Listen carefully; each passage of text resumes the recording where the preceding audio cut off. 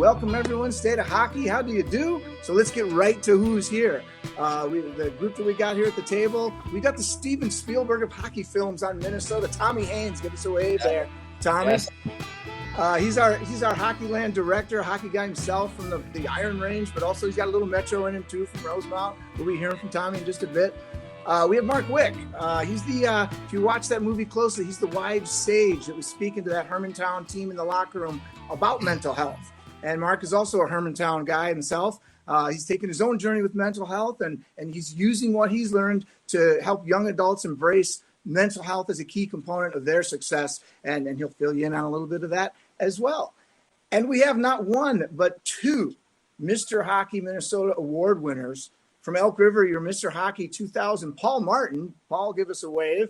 Paul also went on to play for the Gophers, had an NHL career that spanned 14 seasons, represented the USA as an Olympian, and is founded the Shine a Light Foundation. He'll tell you a little bit more about that tonight as well, hopefully. And then we also have Mr. Hockey 2020, Blake Biondi. Blake, give us a wave with your good one, your good shoulder, right? One of the movie stars of Hockeyland, Hermantown's then senior captain, who's currently playing for the Bulldogs up at UMD. He's also worn the USA red, white, and blue. And as you saw in Hockeyland, got drafted by the Canadiens after his senior season at Hermantown. So quite a group we have here. So as we get into conversations like this, you know, some of you might be sitting there, and as we get talking about this mental health stuff, it's possible that you'll be thinking, oh my gosh, I need help right now tonight. Or, oh my gosh, I think my buddy needs help right now tonight. We want to make sure you know that we've got some resources here for you. Andrew Sherburne is going to put those into the chat at some point. I think they've already been put in, but maybe to put them in again, Andrew, or if you want to see those resources, scroll all the way back to the beginning tonight. And it's some great crisis type of resources, but we also have a lot of things that are going to be mentioned tonight. I mentioned the Shine a Light Foundation. We have links to all kinds of things. So please make sure you don't leave tonight without getting that, especially if there's something that's really pressing that comes up tonight. So as we talk about mental health and we connect it with hockey, and we've got a lot of players here tonight, especially Bantam age players and coaches, maybe some parents of those kids. You know, we're not just talking about crisis. We're also talking about how you've got this opportunity on a hockey team to be filling your emotional tank, and to be looking around next to you and to help fill your teammates' tanks, and to check in with them and see how they're doing, while you're also kind of paying attention to yourself and making sure that mental health becomes a priority in the front of our minds. So with that, let's get over to our director, Tommy Haines. Tommy, first of all, as always, awesome film. There's something you do with Minnesota and hockey and the ice and the snow it really strikes a chord, I think, not just with us Minnesotans, but also with people from the outside. They kind of drool over this hockey culture in Minnesota that you do such a good job of showing us. But Tommy, let's start making this connection between the film Hockeyland and the discussion of mental health. And I know that the term mindfulness comes up in the film. Talk a little bit about how themes like mindfulness took shape and developed in the movie we just saw. Yeah. Well, thanks, Andy. Thanks for being here. And thanks to you guys for being here too tonight. I think it's an important topic, and I'm glad we can at least talk a little bit and discuss it tonight with this forum. But yeah, we started this process of this film in 2018, 5 years ago now, and really had no idea what the experience of these boys were going to be like. And to get in these locker rooms, seeing things like locker boxing and, typical things that boys are doing was not surprising. But getting in these locker rooms and seeing these kids meditating, seeing Mark Wick come and talk to these boys about suicide and other things, talking about mindfulness, that was a complete surprise. We were not expecting that. And here we are 5 years later having a talk about mental health, with all these people tonight. So, I think quite a shift has happened in sports in the last 5 years with mental health. And to see Pat Andrews specifically kind of working on mindfulness and mental health, in 2019, 2018, I think he was on the forefront of something. But I mean, how important a thing to be covering right now, and especially with all these kids kind of in lockdown with COVID, I think that was really hard to be isolated. And so I just think that sports, and specifically in our case, hockey, provides that that positive atmosphere for kids to kind of get out and socialize and, just get some exercise as well, and some, just team atmosphere. So that was something that we really wanted to highlight with the film, something that when we saw it right away, we're like, wow, this is something different, but it's also something very important. And so that's kind of where we went with that. And and hopefully people enjoy the film and where what topics we discussed with it. Yeah. Like Tommy said, I appreciate being on here. It's an honor to be on here, and what a great film, first of all, too. Just kind of depicting what it means to be a hockey player in the state of hockey. Really enjoyed watching it. And I think when you look at the mental health and wellness landscape today, some things that come to mind, for me is looking back. I'm a lot older than, say, Blake. I'm sure some of us are the same age, but we didn't have the cell phones. We didn't have social media. We didn't have, I think, the attention that we have now today on youth sports and the specialization. I think I grew up in Elk River. That I see that Perbix jersey back there, Andy, and we have a lot of pride in our hockey. And I grew up on a pond, and that's where I grew my love of the game and build those healthy relationships. To this day, the Gustafson Pond, and so. I didn't have, I think, the pressure and the expectations. I'm sure I put them on myself, but that kids have today. I didn't have AAA hockey, playing year round, in a sport. So those challenges, I think, are a lot more prevalent today, right? The pressure and expectations that kids put on themselves, the pressure from the parents, I think, is a big part of it. Those cell phones and social media always promoting a great life, which I'm sure Wicker will get into in a little bit. And then there's that comparison piece, right? Like I know you're always looking and comparing to other people and on their journey, when ultimately we should be comparing it just to ourselves. What line am I on today? Why am I in a different colored jersey? This kid made this team. I have more points. We get into this comparison piece, which I think it makes it difficult to us to really enjoy playing hockey, which is what it's all about, And I think for me personally, I struggled.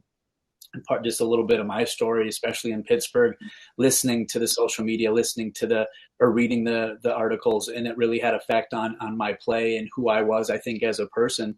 And not after finally, I saw a therapist and did some work on it. It really helped give me a better perspective on why I play the game and take me back to that pond and the fun being in the locker room with the guys. And I think as far as what is changing with that regarding mental health is when you see guys like Michael Phelps, who I think has a online therapeutic platform, Simone Biles, Osaka, these prominent athletes coming up and saying, I need to prioritize, my mental health. And when it's coming out of their mouths, it carries a lot more weight. And we're seeing the importance, or actually what they go through first, right? The expectations and the pressure and wanting to achieve at a high level. And what comes with that. So for them to be able to, kind of say, hold on, this mental health thing is important, and seeking help is a strength, and searching out for support and tools, which Mark will get into, is the stigma that we're trying to get away from, is that it's important to ask for help and look for help. And I think nowadays we're seeing more people do that. And my last little pitch here, I talked to Blake a little bit, or asked him, and it's, playing those different sports, right? And growing up, the specialization at such a young age, and put so much pressure on these kids, and, contracts. If you miss, a certain amount of practices, you can't play anymore. And I think, like Blake and myself, we played so many different sports, and studies are coming out, burnout when you do specialize at such a young age. So I just really encourage kids to explore different hobbies, different outlets, and just generalize a lot of different things, until I think Blake, he didn't, specialize in hockey till high school or something like that, I think he was saying. So, and just lastly, just being able to speak up, like we talked about, if you are having a tough time with something, like Andy said, there's a lot of support out there, and love to help you out if you're going through a tough time. So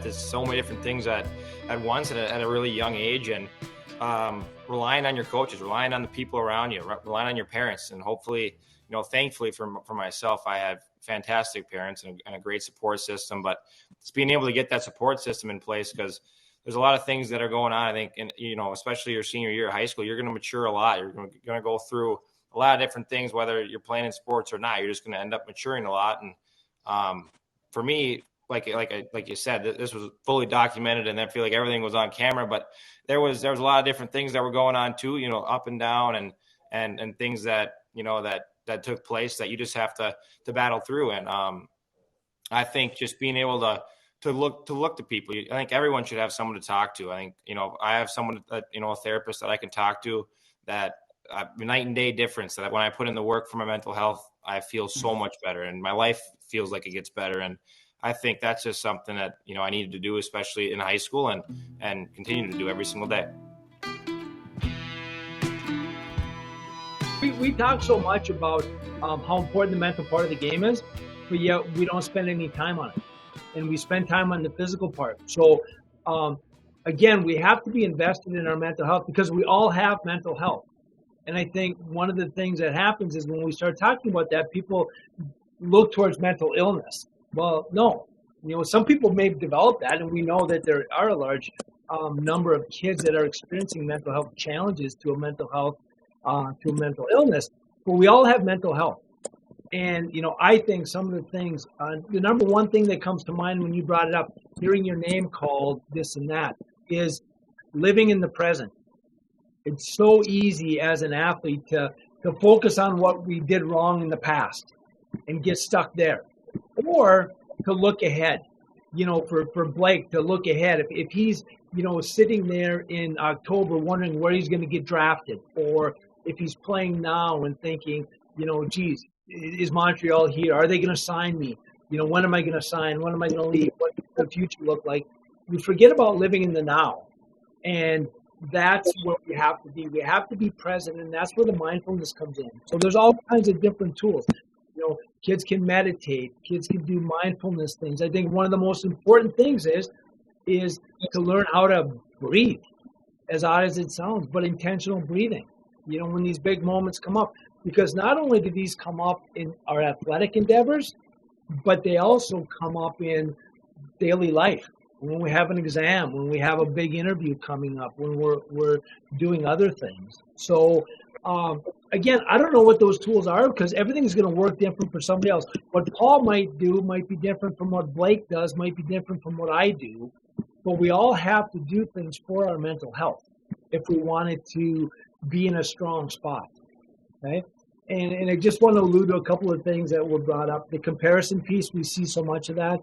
And there's a great quote out there: comparison is the thief of joy. When we always start comparing ourselves to somebody else. Okay? And if you're not in a good spot, ask for help. That is not a sign of weakness. And that's been geared towards so much as, you're weak, you're soft, build up, especially in this sport. It's not a sign of weakness. To me, it's the biggest sign of strength and courage somebody can have is, hey, I need some help. I need to go on here. Blake, we all watched you back in 2020, and it's 2023 now.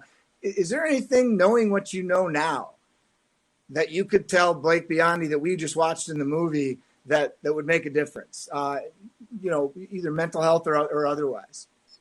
Well, yeah, a little mix of both. I think just mental health and hockey altogether, like Mark said, just staying in the moment. You're not worrying about, like you said in October, okay, well, where am I going to get picked? What round am I going to get drafted? It's actually being in the moment, and actually just being able to go out every day, and kind of alluding back to what Paul said, just loving the game of hockey, going out like you're on the pond. You're going out, and that's when you're going to probably playing your best too, but also feeling your best mentally and emotionally. So I think I'd for sure, I think I tried very hard to do that, but yeah, I'd be telling myself every day, no, we're just going to stay. We're going to take one day at a time, and one moment at a time, one game at a time, and eventually over time, when maybe the big day comes, the draft or whatever it is that you're looking forward to, it's actually going to end up probably being better than if you were just looking forward to it the entire time and worrying about it. So I'd say taking one moment at a time, and just, that's all you can do anyways. So just doing that and doing it the best of your ability. Yeah, I love that. And saying it and believing it are two different things, of course. Absolutely. And yet it's got to start with messaging it to ourselves. So Paul, similar question for you, only, maybe not necessarily telling what you would tell Blake Biondi from 3 years ago. But you know what? We've got a ton of players that are watching right now and listening that don't have the experience that you have. If you had that magic wand, if you could just give them the benefit of what you know now, you know, what would you pick to be the thing that you just impart to these young players to help them just be the best versions of themselves? Great question. I think there's quite a few things. I think kind of like Blake had just said, and Mark, I think, you know, if you're enjoying what you do, that has so much power. There's a reason why you're doing it. And then being in that present moment, a day at a time. And also I think like recognizing, you know, our thoughts, like our mind is so powerful in what we tell ourselves, and the story that we create. You know, I mean, when you think about like thoughts, they kind of are like clouds passing by, and we choose which ones to look at. And I think historically, human beings and our brains, we gravitate towards the negative. A majority of the time, that's the way that, you know, we're built. And a lot of the times, a lot of that stuff is not true.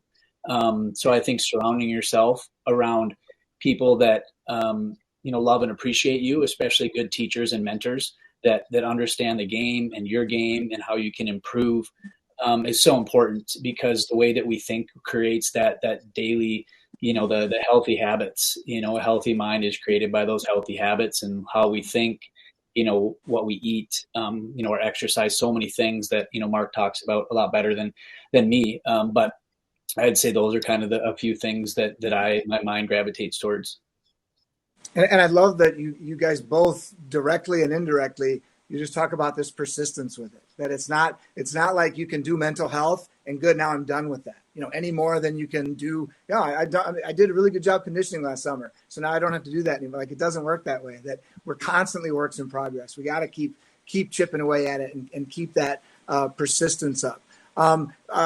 Andrew shot us a question via the chat about, you know, how can we support players when the coaching style isn't the best fit for all the players? You know, I will say, having been a coach, that, you know, I think, we have to do a better job of training our coaches, you know, on how to deal with kids. But if you're in that situation as the player, you know, one thing that I say, because I work with a lot of players now, is understand what you can control, okay, and what you can't. And continue to focus on your strengths.